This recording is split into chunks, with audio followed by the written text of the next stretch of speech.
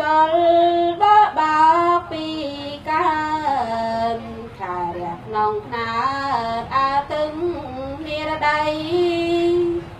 សម្ព័ន្ធប្រជាធិបតេយ្យបាំងបងកើតថ្មីដើម្បីប្រជាផ្ដល់ចំណេញដឹងម៉ែអើយខំប្រឹងជាយាមសង្សារដំកល់ទុំក្នុងចិនដាបងកើនបញ្ញាស្ដាសេដ្ឋកិច្ច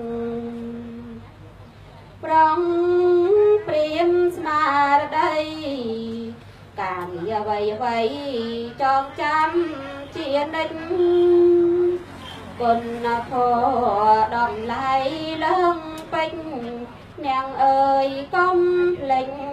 ការពារទឹកដីសំព័ន្ធអាចជួយមានបេះដូងមួយរំលែករាល់ថ្ងៃអំណាចជាអាធិបតីស្ថិតនៅក្នុងដៃក្រុមពេលវេលាជ្រឹងយកយន្តការដើម្បីភ្លឺថ្លាជាច្បាប់ធានារដ្ឋធម្មនុញ្ញនៃកម្ពុជាពលរដ្ឋគ្រប់គ្នា